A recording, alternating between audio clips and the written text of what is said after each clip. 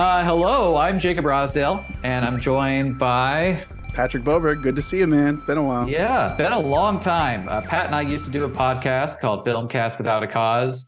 And one of the things we would do every year, usually to coincide with the MLB All-Star Game, which I don't think is happening in mid-January, No. but we would do a cinematic All-Star matchup team. We just kind of pick our favorites from the calendar year and kind of build a project with them.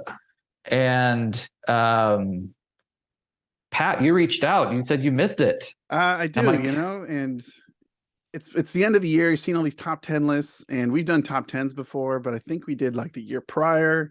I still do that. Yeah. Yeah, and that's like the I like that, but the thing I missed the most was the All-Star lineup that we were talking about. So I thought, well, there's the NHL All-Star game and the NBA All-Star game. Okay. I'm not a big baseball fan. I mean, yes and no, but who cares? This is a fun exercise to pick people and put them in a film cast or lineup or whatever. And it's been a few years since we did it, but you may remember, I don't know, I can't remember if you did, but I, after maybe the first year, decided not only to pick a lineup, but to pick the genre of film I was having this group make. Have you gone the extra mile, Jacob? I came up with one, but I will say I came up with my list first, and then I was like, let's put them in an X. Yeah. And I don't know if we reveal that at the very end or at the beginning or what. However you want to do it. I'll save mine for the end because that's how I did it. I didn't build towards anything. Sure. It's literally like who I thought were outstanding this past calendar year. And one of the reasons we used to do the best of a year late is because I get hung up on, I haven't seen, and in this case, The Fabelmans or Glass Onion. Yep. There's like a handful of films I haven't seen yet. So I don't want to, I feel this is not like a best of list by any means, but these are people that have stood out to me in 2022. Yeah, and I didn't pick necessarily the best performance. Like I don't have Kate Blanchett, even though she's in my short list in case you picked my first person. But possible, so we'll see where we go. But and only one of us can have somebody. I think that's the rule. Yeah. But so for people who want to know how the categories we break down, we have rookie, writer, supporting, actors, director, and of course, if you want to, the type of film you're making. Now, being as we're both zennial 40-year-old male, we are going gender-based. But the British, there's a British film award, BAFTAs? Not the BAFTAs. There's like British Arts or something else, some type of award, and they just went non-gender, and no females were selected for in any of the categories. I've thought. I mean, I don't want to get on too many tangents, but it's giving away half as many acting awards too, and actors are like a large award base, and also you want movie stars to come to your award show, so it's going to be it's going to be interesting to see how that plays out. Do you want to start with rookies? Yeah, let's go rookies. I'll go first since this is my brainchild. And I always like to hear yours at the end so I can react and go, oh, good choice. I made the wrong choice. Okay. But let's just do, I don't know if you have two, but I do have two. Okay. I only feel passionate about one, but. Okay. Well, one of the things about rookies is they're not necessarily in Major League Baseball, at least. You get the Rookie of the Year award your first year in the majors. You can be in the minors. You can be kind of known. You can be on a television show here. So these are just rookies to us. And I picked from the new Hellraiser movie, Odessa Eisen. I don't know her name, but I really enjoyed her. From Sense8. Yeah. Oh, man, forgot about that. I think if she's Pinhead, right? Yeah. No. The main actress. Okay, I haven't seen the new Hellraiser. Oh, okay. Well, the main actress, not the person who plays, and I believe they cleared up some whatever. And Dakota Beavers, who is the brother from Prey, who is a first-time SAG actor. Maybe he's acted in other things, but I really like them both. And I hadn't seen them. And it's, to me, a rookie is when the person comes on screen, you're like, oh, thank goodness they're back. Or this person lights up the screen. They don't necessarily steal the show, but they bring an energy that's like, I love this, like the sister in Banshees of Inisherin. I'd seen her in something else, but in Banshees, the woman who plays Shaban, I thought she was the best part of the movie. Oh, yeah. Anyways, who do you got, Jacob? So mine, I did have Amber Midthunder in like secondary position from Prey because I had seen her in Legion, but I think qualifies as a rookie. So my number one is my performance of the year, honestly, and it's someone who I've known, and we actually talked about a project he was in back in the old podcast, the Shannara Chronicles. Oh yeah. Austin Butler was in that, and I'm like, that guy's a pretty dude. And I've seen him in things since, like he shows up in Once Upon a Time in Hollywood, but he was also like in one scene of Yoga Hosers, and I'm like, it's that pretty dude from Shannara Chronicles. And his Elvis performance is my hands down my performance of the year. I think it's enough of a star making role that I think it's okay to slot him in as rookie. And then in another film, I think both of us loved, Everything Everywhere All at Once. Stephanie Hsu is in my secondary position. She is the daughter in that. And having not seen her in anything that I knew of, like that was like a holy buckets, who's this person? And I think she is getting some awards talk as the year goes on, but still like not as much as the other leads. Yeah, I don't know if she's nominated for in any of the places, maybe SAG, but we'll probably see. An ensemble deal. Yeah. I will say that this is like stepping all over, but this is a one-off we have in podcasts. Who knows when we will next? But that to me is personally my favorite film of the year, Everywhere All at Once. I've seen it too many times. It's embarrassing how many times I've watched it, but I know it's not going to win the Oscar. As soon as I saw the fight scene in the hallway involving two sexual apparatuses, I was like, oh no way, there's just no way, because there's just gonna be too many gray hairs that are just gonna say, oh, I'm not coming to movies to see this. But great choice. I love that scene in particular of her when she's turns the guy into confetti and everything. Loved it. You've seen it more times than me. I've only seen it the once, but I love that movie. Probably is floating at it's definitely in my top 3 for 2022. I have Ryder down. And talking about 2022, if I look at my top 5 or even my top 10, a lot of them are more like feats of directing. It's like a very maximalist year in cinema. A writer-director year for sure, too. And a lot of the like The Northman, I wouldn't put that like that's in my top 5, but I'm like it's not because of the script. I love that movie. I mean, I kind of like the script. Same with Everything Everywhere All at Once. It's an editing, and I mean, I like the script there too, but so I decided, and then when I looked, the ones that I don't want to put, I don't want to give it to Martin McDonagh, and I don't really want to give it to Todd Field. So I kind of picked these. I think their next film is going to be the good one. It's the writers of The Menu, Seth Rice and Will Tracy. The script is what I liked the most about that movie, and it's not a perfect movie. It's a solid 3.5 though. And with the genre I'm picking at the very end, I think they could have fun with that, and they know they're former Onion writers. I think that's one of the key. If you get funny people to write drama or genre, it's going to be an enjoyable film. So cool. Have you seen The Menu? I have not. I wish. It's there's several of those this year where it's like I've only gone to the theater 3 times this year. I've been a streaming person. It's streaming now if you have HBO. Oh, well, there I go. I'm going to watch it tonight. I watched Elvis last night. Speaking of Austin Butler, who's not on my list, but I will say, the segment, I put this on Letterboxd, but the segment from when they get to Louisiana Haystack and he performs in front of the Colonel for the first time until he sings Trouble, I thought that is the movie of the year. That is my favorite sequence. It's like 45 minutes. And then everything, it goes on for another hour. Yeah, before that, well, 2 hour and a half maybe, but the segment before that is just feels like the director, forgive me, Baz Luhrmann. It's like classic Baz Luhrmann, where it's just like here's the shotgun of graphics and overkill editing, and then the back 90 minutes I enjoy it, but it just feels like it goes down Wikipedia road. So Baz and his 12 credited screenwriters or whatever aren't your writer of the year? No, my writer of the year, I went directors, and they're not my directors because I don't know. I want to see more from them, and I think you and I'm worried at the end about our director. I have an alternate. I'm good. Okay. If you pick Daniels, I'm good. I picked the Daniels here for writers. Okay. Okay. At the end, I'm worried about our writers at the end, but you might have picked the director in the past. But for writers, I picked the Daniels because they've only done 2 movies, but they're 2 absolutely I don't know what's coming next type movies.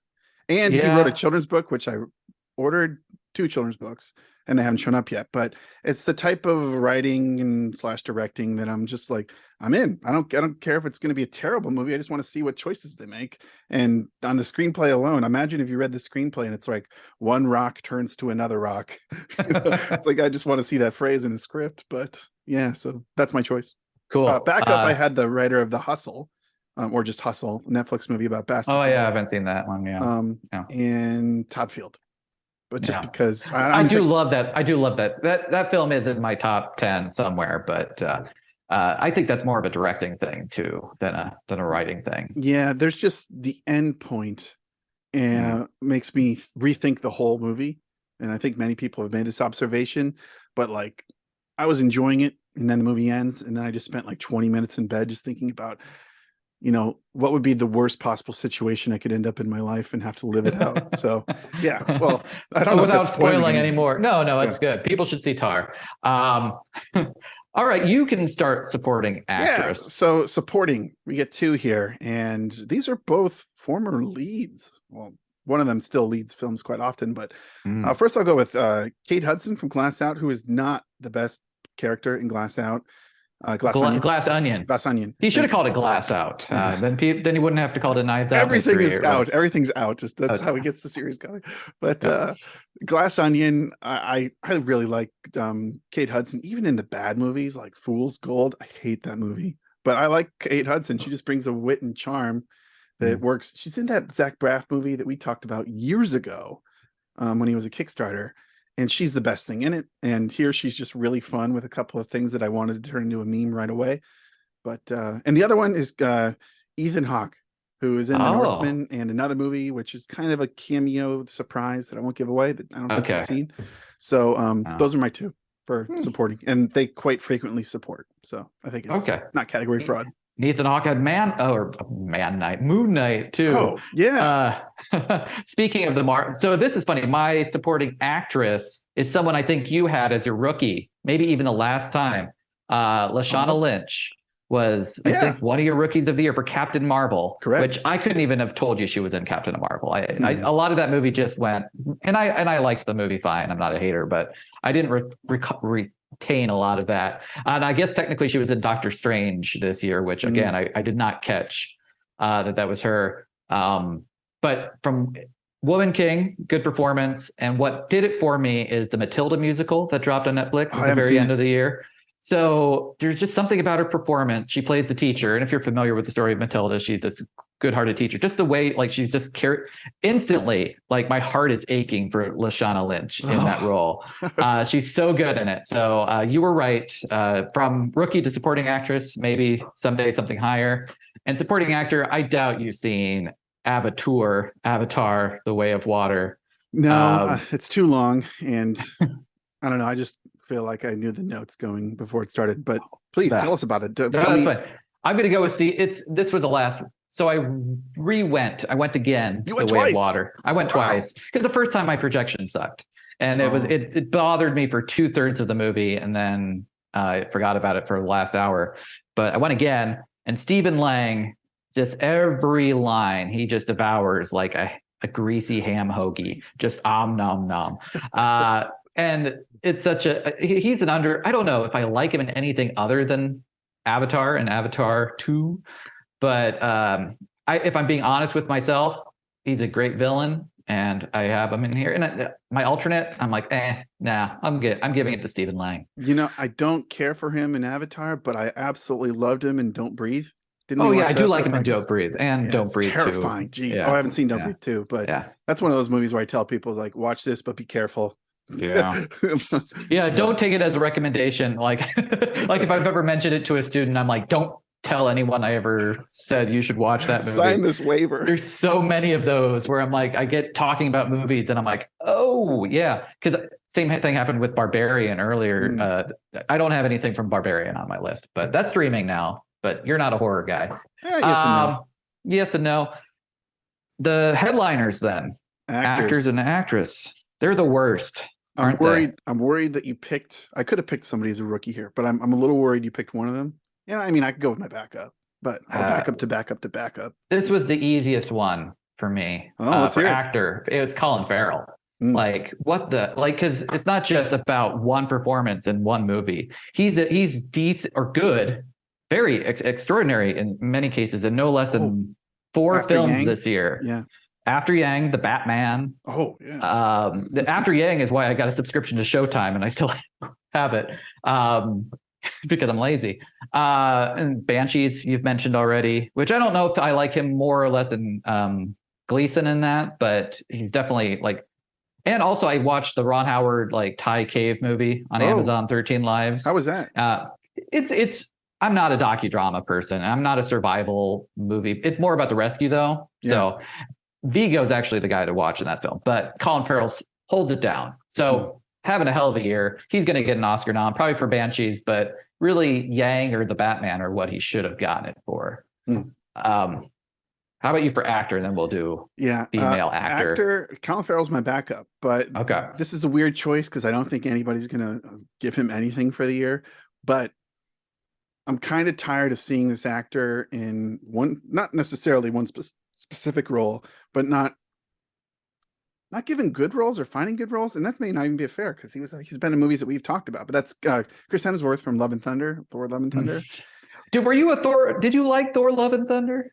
I thought it was really funny. I don't necessarily think it's a good movie, and there's some shots, the digital stuff involving Christian Bale that I really enjoyed. I like it when it goes black and white. I like the all right.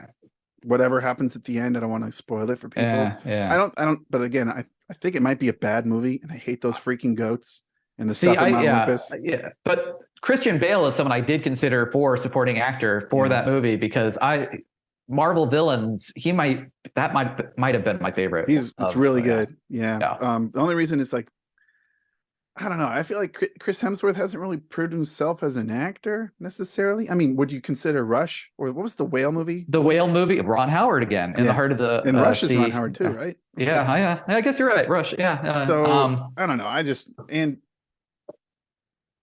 don't know. He's a funny guy. Yeah, I like him a lot, and I want to see him do something that's kind of like, oh yes, he belongs here. Other than the fact that he's in all these Marvel movies, he's pretty, and they keep trying to make him happen, and he's not happening. Maybe putting him on your all-star list will do it. Worst thing ever was him in that dance sequence in the Ghostbusters remake. I mean, that movie is hot and cold for me, but I when that happened, that dance sequence, I just wanted to leave the theater. All right, for actress or. Person actor who started with Tom Cruise was my alternate, by the way. Hey, I haven't seen that movie yet. I'm sorry. I'll leave the room. You're the second... I really wanted to see it in the theater, and I was going to see it when I was in LA in June, but the guy I was on the trip with really wanted to go see the town. I was like, well, I'm only in LA every so often, so sure. Bummer. All right, but, actress. I'm going to go first, so maybe you'll steal mine. But I went Amber Midthunder from Prey. Oh, because I want to see her in more.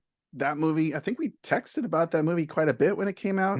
What was I had an idea of like a predator who lands on Earth and his ship like gets demolished. Well, yeah, the thing is the predator is a cheater. Yeah. Like that's why he's not a good hunter. He has all this tech and stuff. So you take that away from the predator, he might have a good movie. Or if he's injured. Or if he's injured. He gets to repair all of his wounds with like, Bacta or whatever that stuff is from Star Wars. Yeah. But, Fox is going to steal that now. Our whole pitch. Well, that's happened before but anyway, either way, she was really good in that movie and totally deserves anybody who watches it and thinks she's great and enjoys that movie. It's all on her back. So whatever comes next from Amber Midthunder, put me at the front of the line. I thought you'd go with Michelle Yeoh. She's my second. Yeah. She's my pick, and for that movie, Everything Everywhere All. And also, I've loved Michelle Yeoh since Super Cop. So, I'll watch her in anything, and even she's that in Star Trek. I mean, I think they waited too long to get her spinoff going. Now they can't get and I don't watch The Witcher. She's not Witcher 1 too. So but she's getting work. Good for her. Good for her. You know what it is? I think I enjoy what happens in Everywhere All at Once more than I enjoy Michelle Yeoh specifically.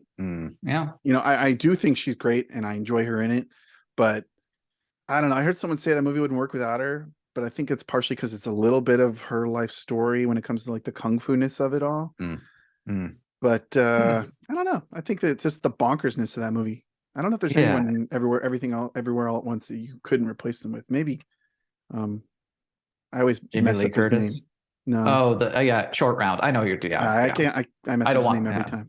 So, all right. Well, did Yeah, you and say actors? my alternate was Rebecca Hall, who was in a Mm, film called Resurrection this year, and then technically it was 2021 Night House, two horror films where Death of she's just Showdown. exceptional Yeah. in it. I love Rebecca All Hall. right, I think I picked her a few years ago I think for you did too. Maybe something I'm just obscure. thinking you got in my head Rebecca Hall's somewhere. great. Probably for Iron Man 3 or something. You Oh, probably were in camp for her. let's not talk about Iron Man 3. You still don't like Iron Man 3? It's not that I don't like it. It's just that there feels like Shane Black They just was screwed like, you know over what we could Rebecca do Hall, here? but yeah, Yeah. yeah. No, but that's why it's one of the better ones. All right, director. It's not the Daniels for you, so I'm going to take him because I Oh, think you're I'll going. take him. All I'll right, take okay. him. Yeah. I went Martin McDonagh. Mm.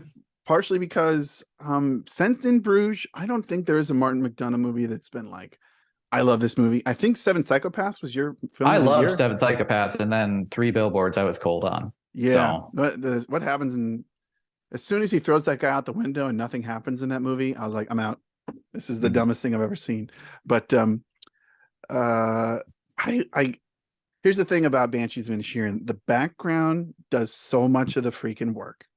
It's of just being beautiful set in Ireland. Scotland or in Ireland. Yeah. Yeah, Yeah. and like and he's got two actors who he's worked with, and it's great. But I don't know. He tends to bring the most out of everyone in the movie, Mm. and he of course writes incredible stuff.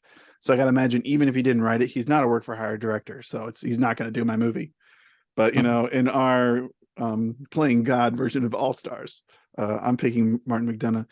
This is I think since In Bruges, this is the first time we're like, well, I'm on board with whatever comes next from this guy, because oh man, it's a really good movie, and it made me change my type of film to something that I think he would excel in, but also is a little bit to the side of what he's done necessarily. So, Okay. how about you? Do you want Daniels? I went Daniels, just because it's a feat of directing. Everything You didn't everywhere like all. Swiss Army Man necessarily. I liked it more. I put off seeing it for a long time, Okay. despite people telling me. And then when I eventually saw it, I begrudgingly liked it. How does that movie fill the runtime? It's insane. Yeah. It should not work at all. That movie, I mean, I love Everywhere All at Once, but it doesn't have any right to exist beyond 5 minutes. And it's so good. It is, and yeah, it's good. My alternate is S.A. Rajamouli from RRR. I don't know if you've watched RRR I started yet. it, but then I had a family thing I had to Yeah. deal with, and I never went back. So I'm going to watch that tomorrow night. You should watch it. But those are, and I could have also put Robert Eggers in there. They're just, or Baz, just these people who've been swinging for the fences lately. My genre is I want to see a murder mystery done by the Daniels, written by the Daniels. Probably should write their own script, so that's why I didn't. But I also think the menu writers could write a good murder mystery, and then the actors, they're just all good. They'd make it work. Yeah. So I want to see a murder mystery. What's your genre? I initially had coming of age comedy, and then I changed it to road comedy because for some I got I had it within arm's length reach, but now it's gone. The extended Blu-ray 4K of Planes, Trains, and Automobiles. Oh. And I listened to a podcast about that about a week ago, and I was like, man, you know what? There's just hasn't been just a great road movie in a while. And I think so who's your actor again? Chris Hemsworth and Amber Midthunder are the leads. Okay. All right. Ethan Hawke, Kate Hudson, the Daniels write it. Who's all in the car? I think it's got to be Amber Midthunder and Chris Hemsworth are, either a couple on the road or people who end up in the road together. So one thing that also influenced me, there was this story, I want to say around Christmas, maybe right before, of people who were in North Carolina and their plane got canceled, and like 19 people rented a van and drove across country. Did you hear about this? No, I didn't. That's a film. The film rights were bought up as soon as it hit the New York Times. Oh, of course. So I was like, well, this is coming within 18 months. But I love a road movie, and hopefully that's a good one. There was a story about 4 years ago of a plane having to make an emergency landing in Bakersfield on the way from San Francisco to LA, and Keanu Reeves happened to be on the plane. So they land in Bakersfield. Everyone's kind of like, what are we going to do? What are we going to do? So Keanu Reeves rents like a fleet of vans and drives everybody down to LA and buys them lunch while he's at it. I was like, this is just the coolest thing ever. But of course, you can't make a movie about Keanu Reeves being the coolest guy ever. Yeah. I just love that. So it's a better story than a film. Almost all the time, road movies have like that uplift to it. And one of the reasons I went road movie this year is so Tar I enjoy a lot, but I think part of the reason that like box office receipts are down is we just went through this pandemic, which is still kind of tracing, in the background. But I don't know many people who are excited to go spend 3 hours with a bummer, at the end. I mean, unless you're a cinephile or an art fan. And I enjoy talking to those people about Tar. But at the same time, I would much rather go to the theater at this exact moment in my life and come out with a John Candy type uplifting moment, as opposed to like, man, don't ever let that happen to me. Thing, Hopefully 2023 will have more uplifting films, happier films. Because I go to I live in a small town and we have one theater that gets the art films. And I saw Tar and Triangle of Sadness in a 2-week period. Oh man. And the audience reactions after those people are willing to go out to these things, but then you don't make eye contact with anyone on the way out because you don't want to have to talk to anybody. It's not like the entire town defend goes, right? It's not like the entire town goes, like everyone's going to Avatar, and everyone's going to see Elvis made a ton of money. It's like, of course, that movie's got Elvis's music in it. Maybe what they do with Elvis's music is maybe my favorite thing. Like when he first plays, it's like this like shred guitar starts happening. Like, oh my gosh, they remixed this music incredibly.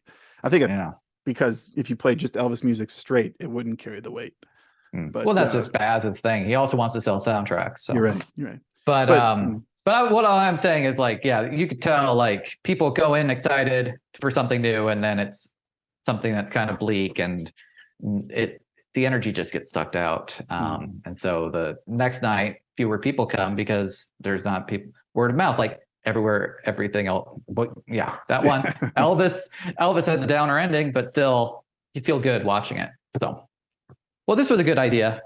We went on tangents after the fact, but thank you for pulling me out of retirement to talk movies, Pat. Maybe I'll talk to you in a year or so about movies again in front of microphones. But let's do this every so often. All right, man.